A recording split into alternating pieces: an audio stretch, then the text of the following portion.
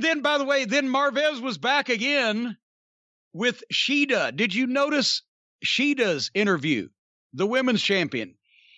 Shida's interview basically said, and Marvez prepped her, and then she followed up on it, 4 out of 5 of the top girls in the company can't be here. So it's Nyla Rose. Oh, gosh. And then Shida said, acted like she was completely unconcerned. Well, if she's the only one, I guess I'll face her. So instead of building up the beast that's about to come out and introduce her new manager, they presented it like, well, since 4 out of 5 of the really good girls can't be here, you're going to be wrestling Nyla Rose because that's the only option. Is that the way it came off to you? Yeah, but what do you want? The booker of the women's division had his first exposure to alcohol tonight. Good Christ. I wish he'd be exposed to something out of the fucking Bolivian rainforest so we could get rid of him once and for all. Alex Marvez is so awful. He's like negative charisma. Just holding the microphone. Even that, it's negative charisma. He pronounced all the words right this time, though. That beats his previous attempts. Dasha. They have Dasha working there. Every time she's been used on camera, she's been really good.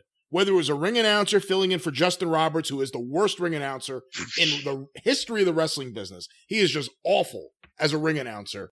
Don't get me to say anything about Justin Roberts. I don't want it to either be taken the wrong way or possibly prophetic. He is pathetic as a ring announcer. Just complete fucking garbage. And they have Dasha there, who when filling in did a great job. They don't use her in that role. She's better as a backstage interviewer. They got Marvez there because he's friends with Tony Khan.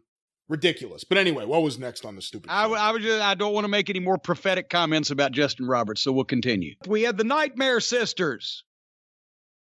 Allie and Brandy are now a tag team. Allie was a bunny, and she was a heel, and she was fucking the butcher and the baker because she was the candlestick maker. But suddenly she dropped the bunny ears and became a babyface for no apparent reason. I guess they did that on YouTube.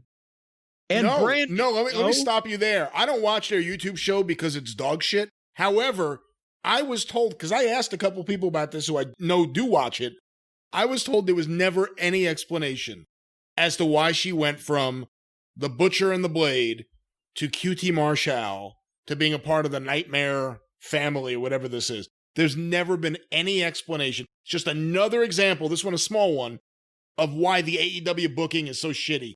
They can't even fill in the details to make things make sense. Well, now, Brandy was a heel at first, even though Cody was a babyface, but then suddenly they just dropped that whole thing with Brandy and Awesome Kong because it didn't make any sense, and Brandy became a babyface. Now, apparently that was something on either the YouTube show or as a YouTube clip where Brandy went to a psychiatrist, and I guess they cured her of whatever was causing her to come out with the Awesome Kong and oh god damn and all cut right. people's hair, and they had the bald girl who's I don't even know what's happened to her. Oh yeah, well, and remember Dr. Luther, the only fucking 50-year-old Canadian to ever work for outlaw Japanese groups, actually got a contract out of this sucker. Well, why shouldn't Jericho be able to hire his friends if everyone else is doing it?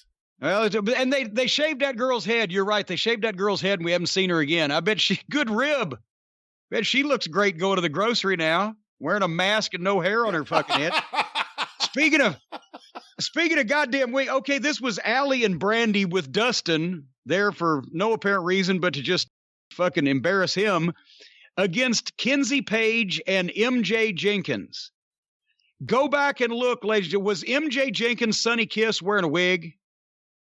Oh, come on. That's unfair. MJ Jenkins looked like and pirouetted on her introduction like Sonny Kiss wearing a wig. I watched about 45 seconds of it. It was horrid indie level girl wrestling on national TV, and I fast forwarded. So I have no idea what happened, and I don't care. Did I miss anything? No, you missed nothing. Good. Moving on.